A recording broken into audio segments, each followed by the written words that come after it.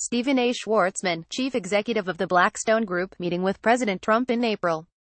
Pool photo by Olivier Delarue on Tuesday. Indra Nooyi, the chief executive of PepsiCo, joined a call with other prominent corporate chieftains who, like her, had agreed to advise President Trump.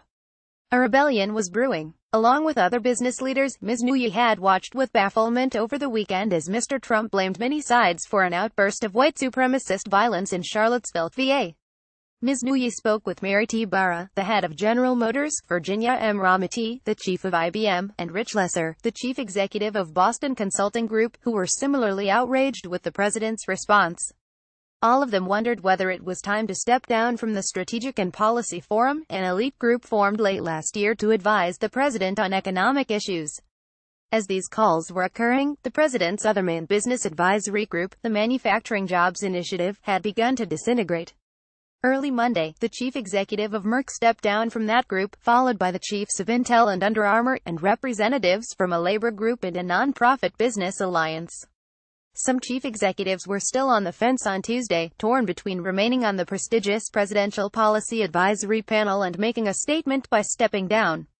But after the president delivered a series of stunning remarks in the gilded lobby of Trump Tower on Tuesday afternoon, when he again equated far-right hate groups with the groups protesting them, many chief executives had enough. On Wednesday morning, a dozen of the country's most influential CEOs joined a conference call, and, after some debate, a consensus emerged: the policy forum would be disbanded, delivering a blow to a president who came into office boasting of his close ties with business leaders. With the collapse of the councils, the president has all but lost his most natural constituency, the corporate leaders who stood to benefit from his agenda of lower taxes and lighter regulation. Before they could make a statement announcing their decision, however, Mr. Trump spoke. He had caught wind of their planned defection and wanted to have the last word. Taking to Twitter, he wrote, "Rather than putting pressure on the business people of the Manufacturing Council Strategy Policy Forum, I am ending both. Thank you all. This account is based on interviews with more than a dozen people at the companies represented on the council or advising them." Mr. Trump rose to fame as a businessman. A real estate developer and reality television star, he cultivated an image as the consummate boss, dishing out investment advice and popularizing the phrase "you're fired" on the television show The Apprentice. As president, he filled the White House with executives from Wall Street, and installed business and business-friendly leaders in many important government roles. And he convened several business advisory groups stacked with the nation's top chief executives. But 7 months into his presidency, Mr. Trump is faced with an uncomfortable situation. Fewer and fewer business leaders are willing to be associated with a president who continues to advance opinions and policies that are deeply unpopular. There is continuing pressure on CEOs from customers, employees, shareholders and board members to take a position against what's going on and separate themselves from President Trump's counsels, said Bill George, the former chief executive of the medical device maker Medtronic and a board member of Goldman Sachs. These executives cannot live with customers thinking they are in cahoots with someone who supports white supremacists or neo-Nazis. For the executives, leaving these groups is no small matter. Presidential advisory groups are largely ceremonial but highly prestigious posts for business leaders, giving them an opportunity to weigh in on policy and try to shape a president's legislative agenda. But after a few much-publicized events for the groups, momentum was lost, and when the week began, no further meetings were planned. They had a few meetings with a bunch of fanfare, but it was more symbolic than anything else, said Anat Arad-Mati, a professor of finance and economics at the Stanford Graduate School of Business. Still, executives' involvement with the groups, or their decision to withdraw, had become a barometer of their support for the president. The recent mass defections have exposed a fundamental divide between Mr. Trump and mainstream business leaders. In American history, we've never had business leaders decline national service when requested by the president, said Jeffrey Sonnenfeld, a professor of organizational behavior at the Yale School of Management. They've now turned their backs on him. By Tuesday evening, a consensus had emerged among many of the chief executives on the policy forum.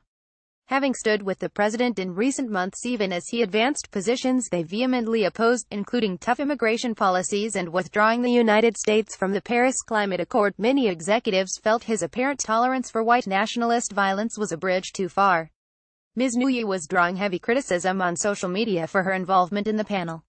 Others, including Mr. Lesser, the chief executive of Boston Consulting Group, and Mark Weinberger, the head of the accounting firm Ernst & Young, also signaled they would not remain. By 10 p.m., it was clear that many participants were prepared to resign.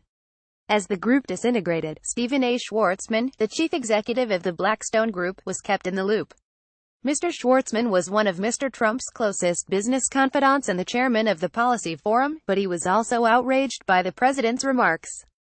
On Tuesday evening, he called Jared Kushner, the president's son-in-law and a White House advisor, to inform him that the Policy Forum was falling apart. At the same time, Mr. Schwartzman began drafting a statement about disbanding the group. A White House spokesman declined to comment. Efforts to schedule a conference call for the chief executives on Tuesday night were unsuccessful, so a call was set for 11:30 a.m. on Wednesday. On Wednesday morning, Lawrence D. Fink, chief executive of BlackRock, the world's largest asset manager, called Ms. Nguyen, Ms. Ramati, Ms. Barra and Douglas McMillon, the chief executive of Walmart. Mr. Fink decided to step down after seeing the president's remarks on Tuesday, and now encouraged other executives to join him. Mr. McMillon, who earlier in the week made public a stinging critique of the president, but had not stepped down from the advisory group, had changed his stance after Mr. Trump's news conference on Tuesday, deciding to step down. As the call began, more than a dozen of the nation's top business leaders dialed in from around the country. Mr. Fink was in Aspen, Colo, while Jamie Dimon, the chief executive of J.P. Morgan, was home in New York.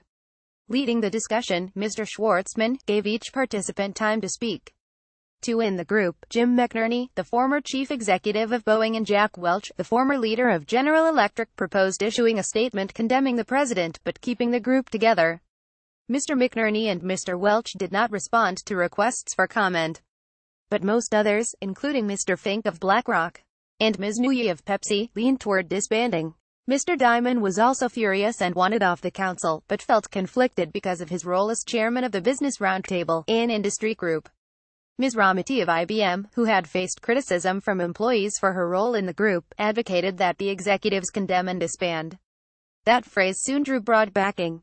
During the 40-minute phone call, Mr. Schwartzman did not press for continued allegiance to the president. He said that although he had high hopes for the forum, something had to change in light of the president's reaction to the violence in Charlottesville. The question, he added, was how to reach a consensus. As the Policy Forum was holding its call, other members of the Manufacturing Council, including Denise Morrison of Campbell Soup and Inch Thulin of 3M, announced they would step down. By the time the call was over, the group had agreed to disband. After the decision was final, Mr. Schwartzman called the White House to let Mr. Trump know. He was asked to include language that the president had agreed to disband it. Shortly thereafter, the president claimed on Twitter that he was disbanding the advisory groups. Companies swiftly disputed that notion. Johnson & Johnson said its chief executive, Alex Gorsky, was leaving the panel before the president's tweet.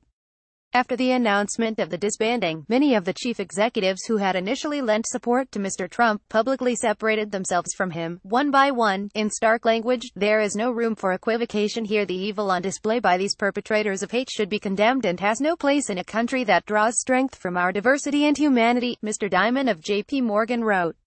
In the past week, we have seen and heard of public events and statements that run counter to our values as a country and a company, Ms. Ramati of IBM said. And Jeffrey Immelt, the chairman of General Electric, said, the president's statements yesterday were deeply troubling. Correction: August 16, 2017. An earlier version of this article rendered incorrectly part of a Twitter message from President Trump. He said rather than putting pressure on business executives, not rather than put pressure on them. An earlier version of this article misstated the day on which some chief executives discussed withdrawing from a presidential advisory group. It was Tuesday, not Monday.